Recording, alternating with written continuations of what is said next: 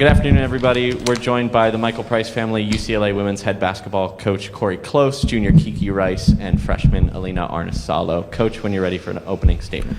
Yeah, thank you all for being here. It is so good to be back in Pauley. And, I think right now we're pretty engrossed in our season and all that. But the reason we haven't been in here for over a month is because of what our great city has been going through. And so I think there has to be a sense of humility that, as intensely as we are pursuing our craft, there has to be humility to say thank you to all the people fighting to rebuild. I'm sorry, and how can we serve you, the people that are experiencing such great loss on so many levels. So, it's really, really great to be back home and to have a great crowd and to have so many kids. But I just want to acknowledge that we have a lot of hurting people still in our city. I'm proud of the way that our team responded in the second half. Really proud of the growth. Elina, 15 points, 5 assists, 1 turnover, 11 assists for Lauren Betts, and we will be defined. We talk a lot about our talent being the floor and our character being the ceiling, and 2 of the character traits that I think are most important for this team is a consistent selflessness and a consistent work ethic that is beyond our opponents. We obviously have a lot of talent pieces, but can we have those character traits be really solid? And that's really all I'm focused on us developing. Hi, Coach. Welcome back. Good to see you. Good to see you, too. I have to ask you about the fact that they doubled Lauren so much, and she seemed to just... Doubled? You mean tripled and quadrupled? Yes, okay, yes, yeah. Okay, go ahead. Mm-hmm. I was keeping it kind. Okay, yeah, that was nice. Mm-hmm. But she always makes the right play. What does that say about your team? And Kiki, I want to ask you guys got 21 points off of turnovers getting back the other way. Can you talk about that, both you guys, please? You go first. Yeah, in terms of creating offense from defense, that's something, playing in transition and getting out and running is an area that we are really good in. And I think at halftime and in the fourth quarter really talked about that's something that we really wanted to get to and not have to get set up in half-court offense every time, because then they can quadruple Lauren, then they can send so many bodies. And so we just focus on creating offense from the defensive end and just applying pressure and making it hard for them to execute their stuff. Lauren is, so dominant and arguably been the most dominant player on both sides of the ball in the entire country over the last month. And, sometimes you just got to see what a team is going to commit to and their game plan. And credit to Dawn and her great Minnesota team. We knew they were going to be really solid. And I think she's an elite coach and's got her team playing really focused.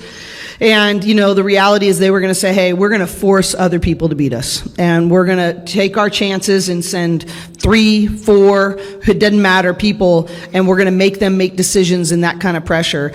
And, Lauren stepped up to the challenge. And, number one, Lauren's got to be skilled enough and knowledgeable enough.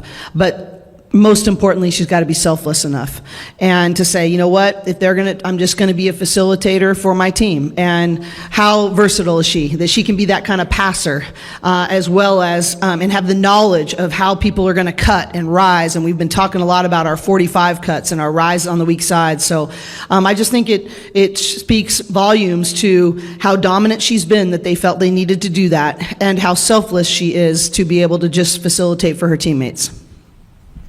Hey, Coach, what's the biggest challenge for you coaching this team and for the players? Coach talked about stepping into the gym this morning, 7:45, and a bunch of you out there getting up shots.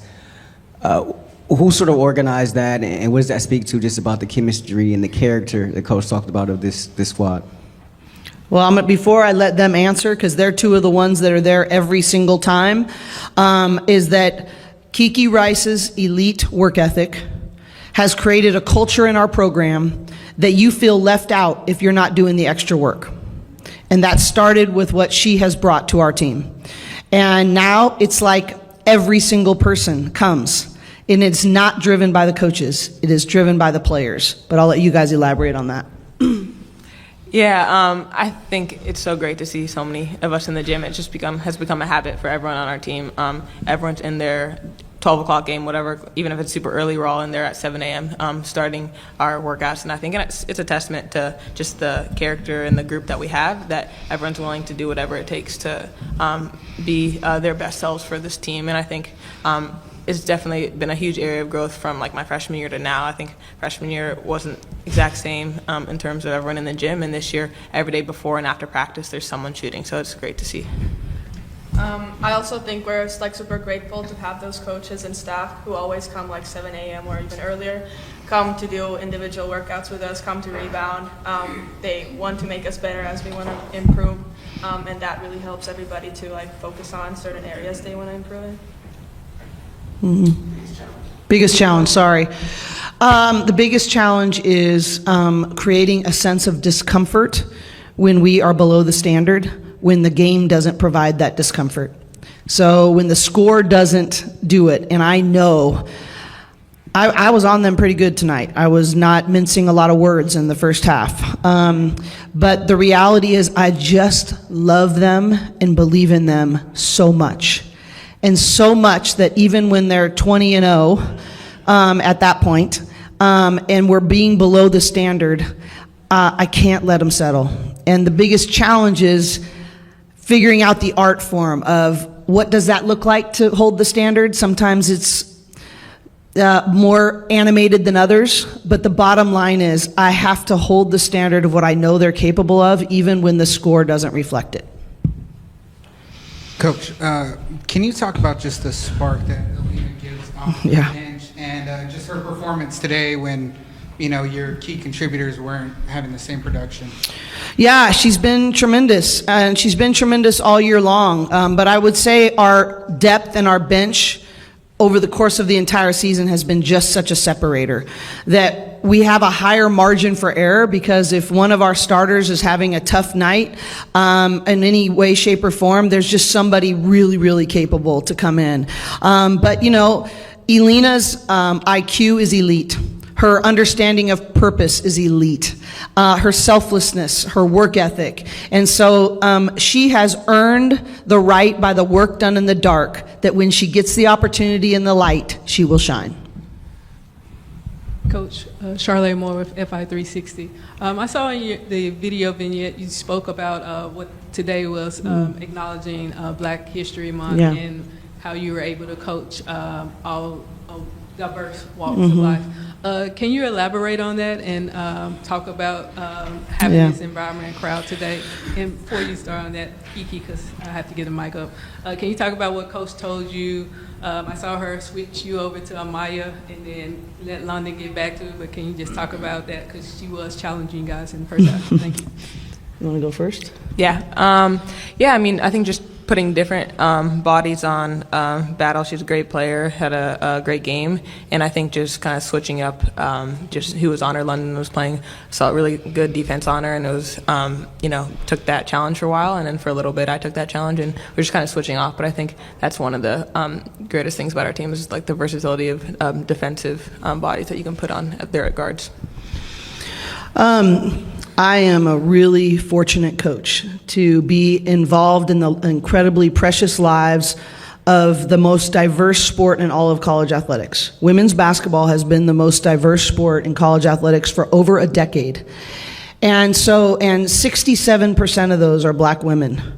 And so to have a day that we celebrate Black excellence, and to have to be able to learn from them, to celebrate them, and we just have lots of different. Today is about Black excellence, but I think in the broader scope, it's how do you value someone and honor someone that's different than you, and that's not a burden, that's a joy.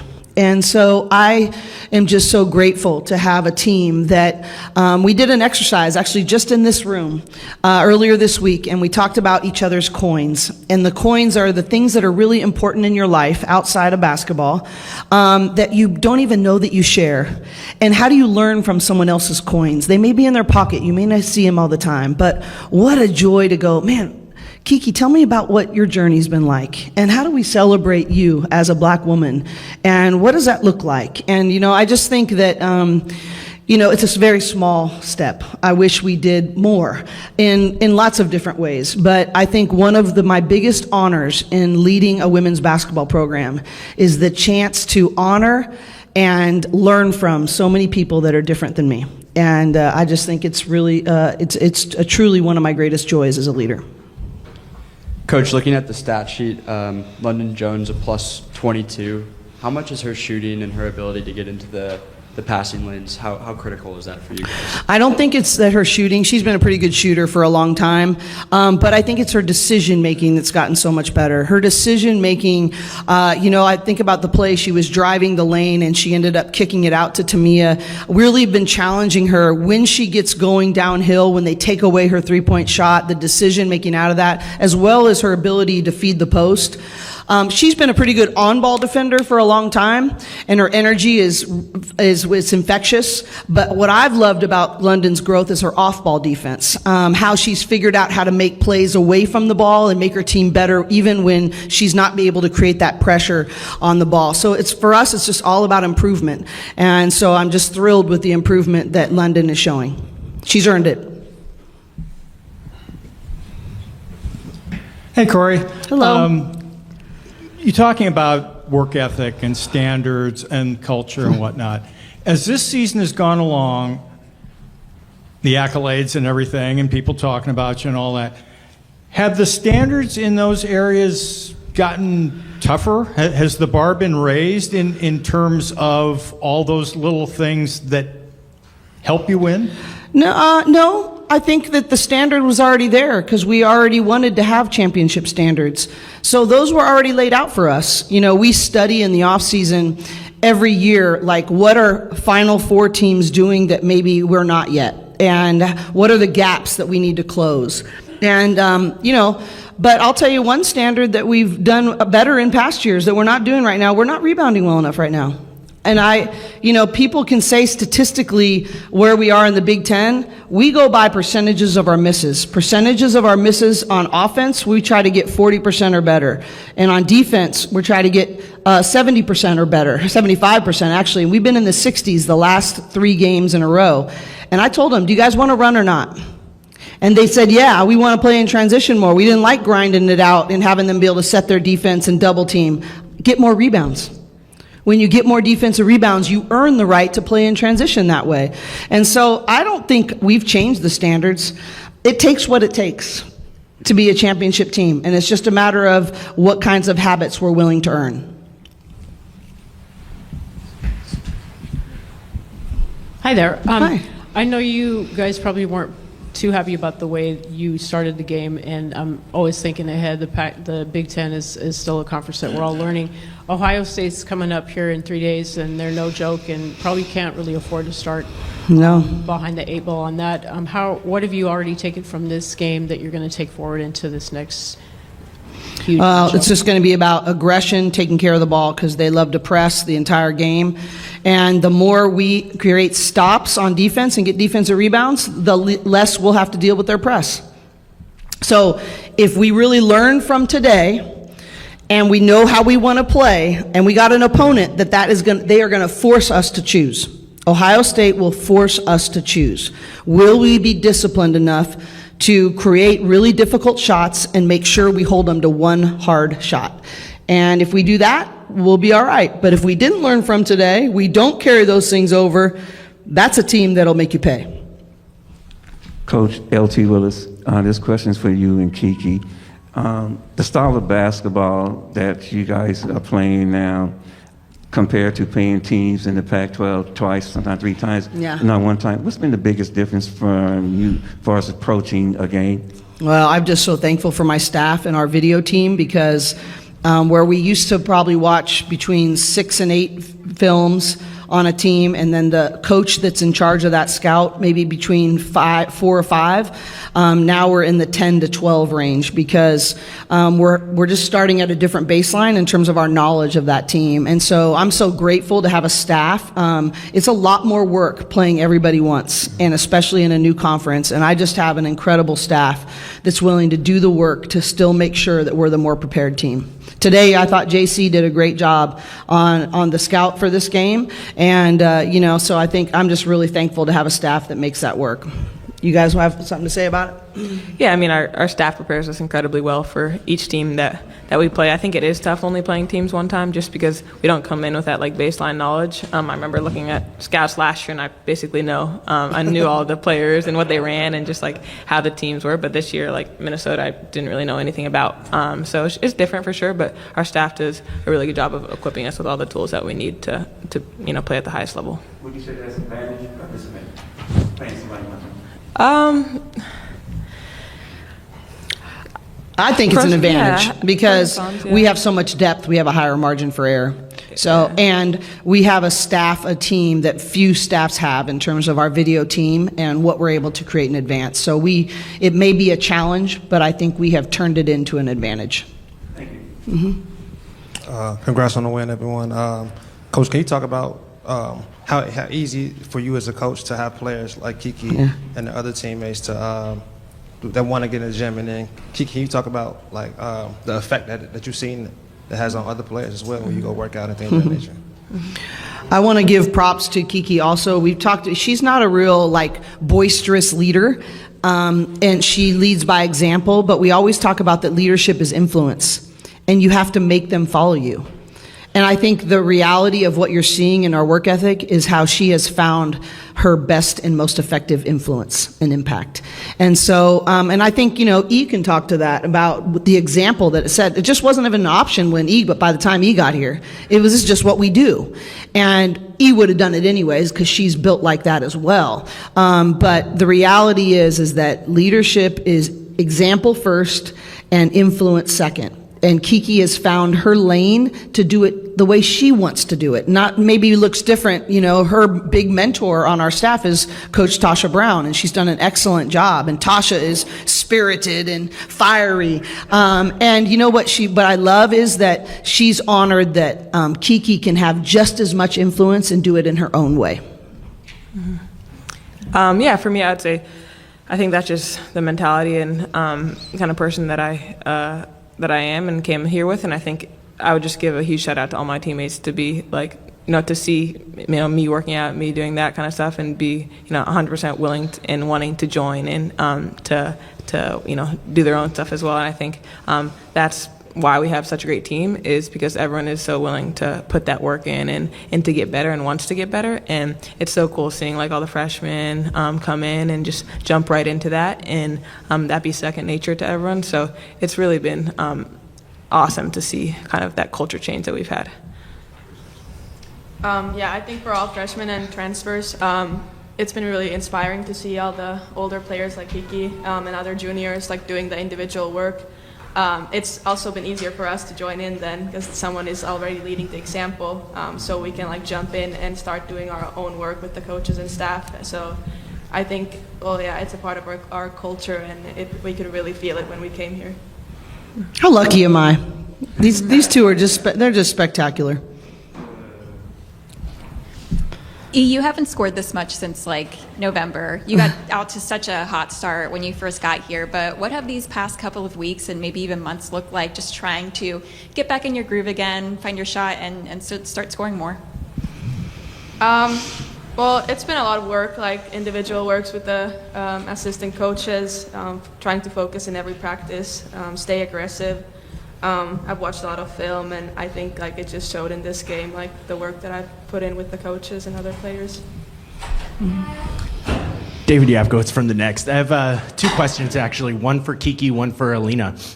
Kiki, just how have you kind of seen Elina's development, as a point guard, coming off the bench throughout this season? And then for Elina, just what have you been able to learn from Kiki in terms of what it takes to be, a primary ball handler at the college level? Yeah, I think one of the things that really impressed me the most about E when she came in was just the maturity and poise that she plays with. And I think it's hard to come in as a freshman and kind of assume that point guard role because of just how different college basketball is. And I'm sure you would say that playing pro overseas helped her with that. And you can tell by the maturity of her game and how she plays. And for any freshman, regardless of how good you are, college basketball is going to be an adjustment. And I think you just have to go through the ups and downs of just getting used to being out there and playing against different teams every every night, and I think E's done a great job just weathering that storm and figuring out her game within this team. And I just think how consistent she's stayed in terms of her work ethic and her leadership, her talk, her communication, all while everyone's challenging her and encouraging her and motivating her is something that I'm really impressed with. I think it's been really cool to watch Kiki play and practice every day, how she comes to practice every day, like with the same mentality and same work ethic. Like there's never like big ups and downs, like it's very consistent, which is really inspiring to see, like what me and I know the other freshmen too look up to in games, like seeing the little difference in European basketball and in college basketball. It's been fun watching Kiki play and like take all the little details and try to add them to my game too. This question is for the you two first, and then Coach for you. When this season started, everyone knew you guys were going to be good with the returners, the run you made last year. Then you beat South Carolina, and eyebrows get raised. And here we are at 21-0. So I want to know, what has the bullseye been like as you travel the country? Not only in the gym, but in restaurants, in airports. What's that been like? And Coach, what have you seen in terms of the maturation as this bullseye gets bigger as you guys go on this journey? Sure. Go ahead, you guys. Yeah, it's really cool having so many fans and people come up to us and be like, you guys are UCLA, undefeated. Coach Shannon actually said the other day that she was somewhere in Louisiana and that people in a really small town were like, you're the coach of UCLA, undefeated team. So it's really awesome that people all around the country are recognizing us. And it's fun to be playing, and it's fun to be us right now, and we just got to continue to keep that up. Yeah, I think it's been awesome. I didn't know college basketball is that big in America. Like everybody knows UCLA now, and everybody follows the basketball. But yeah, it's been awesome to see it. Yeah, I think that's been the really fun part for me is that Tony and I. And Pam went to a wedding yesterday. Former players, Nicole Cornett got married, but 3 of her teammates were in her wedding, and it was a really neat day. But one of the things they were asking us at the reception is, how focused have they been, week by week? Has it been a bigger distraction than you thought? And Tony and I were both saying that, actually their willingness to be held to just thinking about 1-0, and that to really try to eliminate outside distractions and not be defined by what others say about us, but of the habits that we've all committed to. And I'm actually really proud of how they've done that. And being willing to help, when they slip a little bit, being willing to be held accountable to that. They've really grown in that area. And I think we continue to work on just our mental focus, and that we talk a lot about the circles of influence, and we want to really narrow that circle, and we want to put all of our energy in that middle circle of only things that are under our control. Rankings not under our control. How people talk about us not under our control. Playing time even not under our control. It's just, can you get better today? And they've been really willing to be held to that kind of focus. That'll do it. Thanks, everybody. All right, thank you all for being here. We appreciate you all.